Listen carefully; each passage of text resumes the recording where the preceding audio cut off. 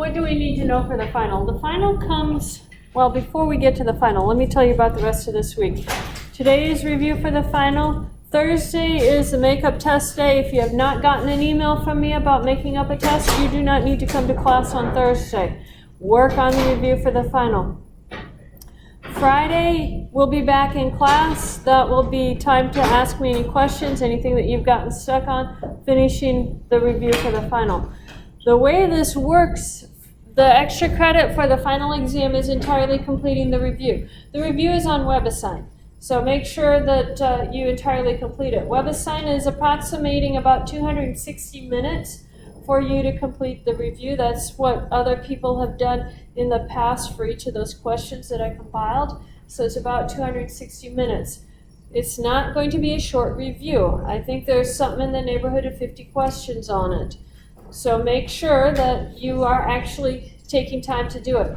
You have 3 class periods from here, so that would be 3 hours right there to work on it, plus the 3 hours that you would normally spend studying for calculus, so that gives you a total of 6 hours.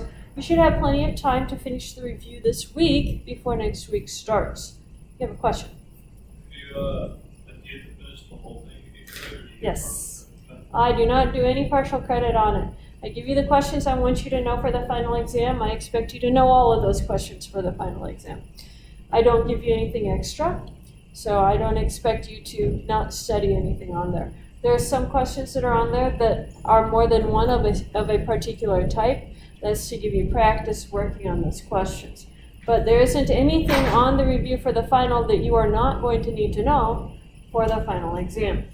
There are 2 I have A and B types of the final exam, and I have all of those question types appearing either on A or B. If you put both final A and B together, you have all of those questions that are on the review, those question types that are on the review. So for me to tell you what to study, study the review.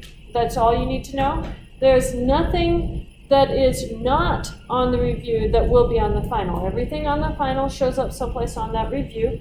It is the only thing that you need to study for the final exam, but you do need to study it in its entirety. So entirely completing the review for the final is the extra credit for the final. If you don't complete it, if you miss one question, you don't get any extra credit points towards the final exam.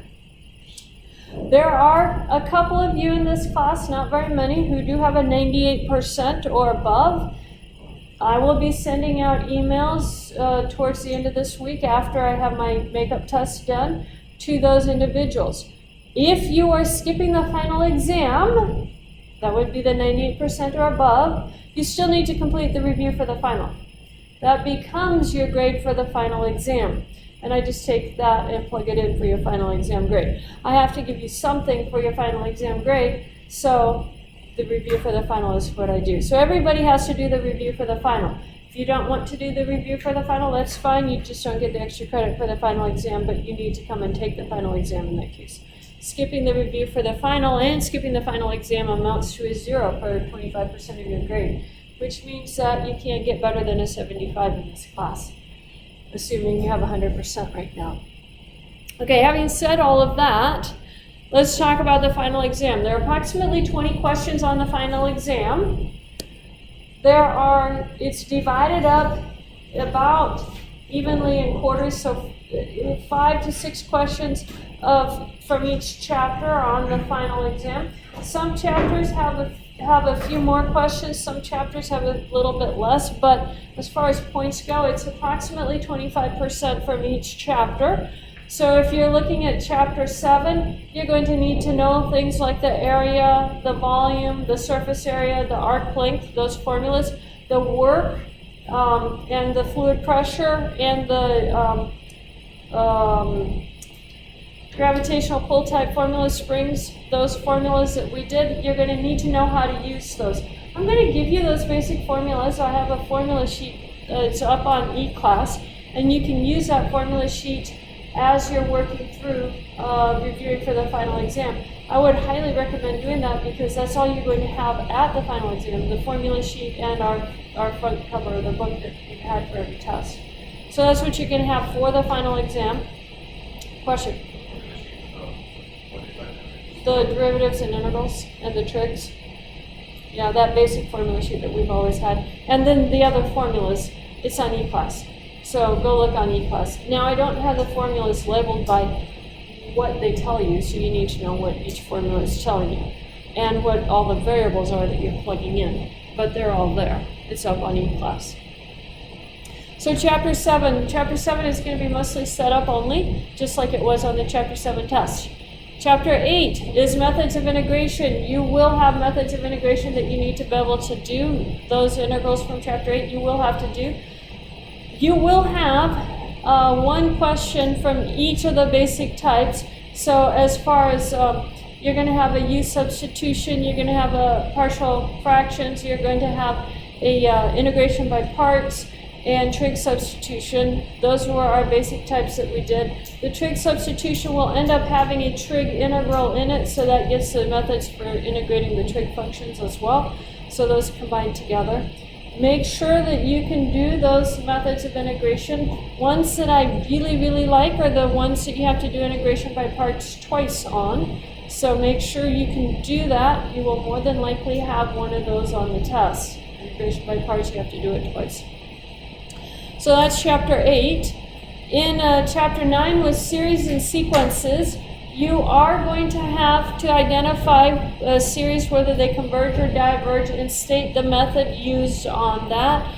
On the formula sheet, I have not given you all of those methods. So you're going to need to know those basic methods when your series converges or diverges. They're going to be relatively simple series. There isn't going to be a terrible large amount of work with them, except for the integration test. If you have to do the integral test on it, then I want to see the integral process for that. So Chapter 9, series and sequences, it's going to be convergence or divergence of your series. And then we're going to have one where you're going to do Maclaurin or a Taylor series expansion for functions, and you're going to have to do that. I will not have any error, finding the error of a series approximation on there, and I won't have finding the interval where using the error formula. We will have find an interval of convergence for the series using the ratio test, like how we've done before, and plugging things back in. That you will have on there. But any of the stuff that we needed a calculator to calculate, you're not going to have that on the test. That is Chapter 9. Chapter 10 was, we started out with parametric equations, and then we went to polar coordinates. On the parametric equations, you will need to be able to identify a conic. If I give you the equation for a conic, you need to tell me what type of conic it is, and I can give you the equation in either polar coordinate form or rectangular coordinates. So you have to identify what type of conic you have. In the rectangular coordinates, I will have it simplified and in standard form for you, but you have to know whether it's a parabola, a hyperbola, or an ellipse. Question? No. We had it in just rectangular form and then polar form.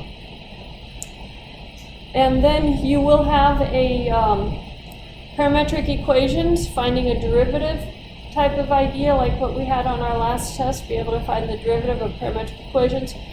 You will have a polar coordinate graph. You need to know how to graph in polar coordinates. That is something that you're going to have to do extensively in Calculus 3, except we make it in 3 dimensions. So if you thought polar coordinates in 2 dimensions was bad, wait until we superimpose 3 dimensions on it. It gets worse. More fun to try and draw in 3 dimensions. I can't draw in 2. Put 3 dimensions on there, it just doesn't work. So polar coordinates, you're going to have to graph something in polar coordinates, and then you are going to have to set up arc length, surface area, that type of thing, area, arc length, or surface area in polar coordinates or in parametric equation form, depending on which test you get as to which form you're going to have for those equations. And some are in polar and some are in parametric, like they were in this last test. But there's about 20 questions total on it, give or take, and maybe 22 questions or thereabouts. It's in the 20 question range is what it is for right now. For essentially 4 to 5 questions from each chapter, 25% of the test grade comes from each chapter. Any questions on that? Okay, I would go look at the formulas that I am giving you on E-Class. Become very familiar with those formulas so that you can actually use them on the test. Big question is, when is the test? And I didn't bring my book in here, so I can't tell you.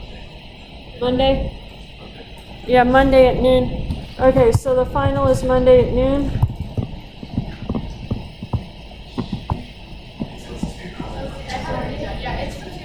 Oh, it's 2 to 4?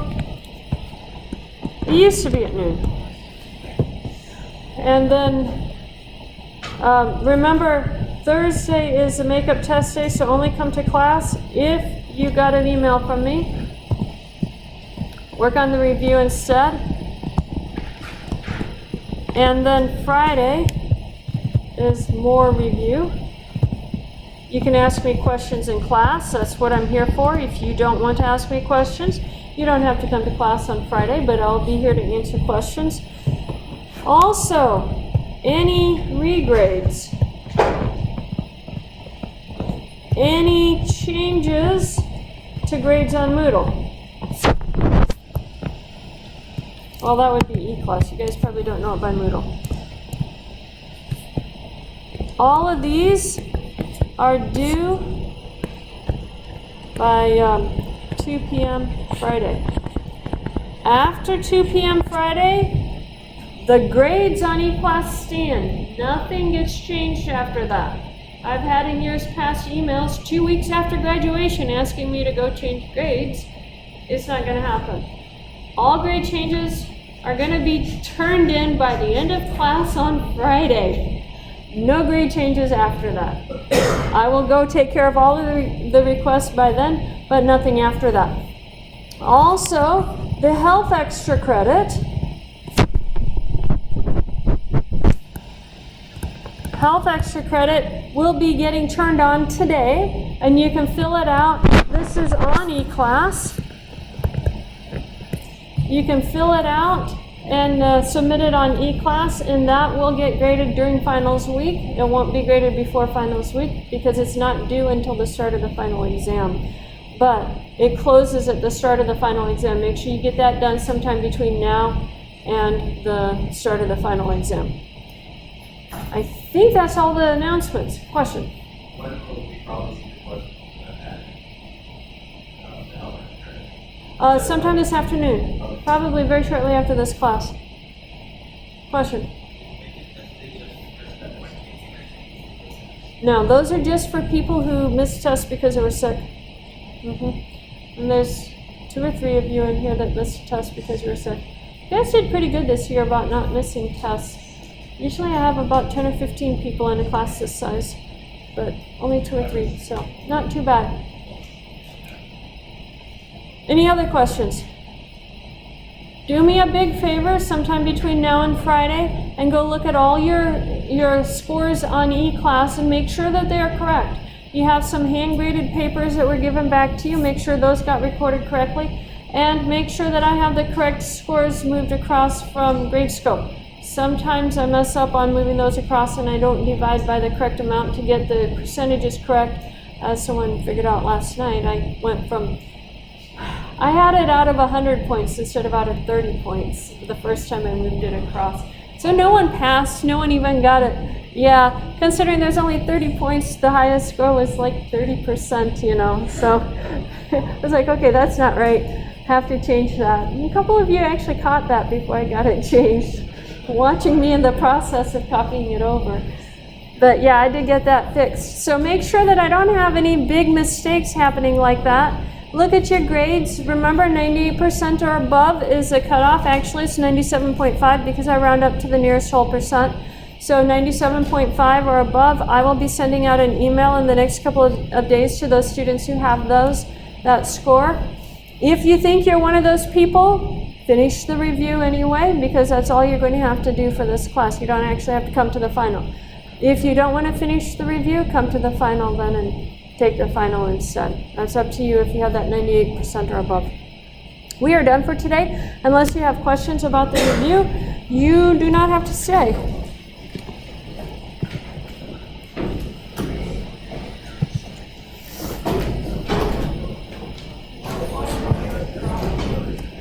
Yeah, please turn in the questionnaires up here. That's for our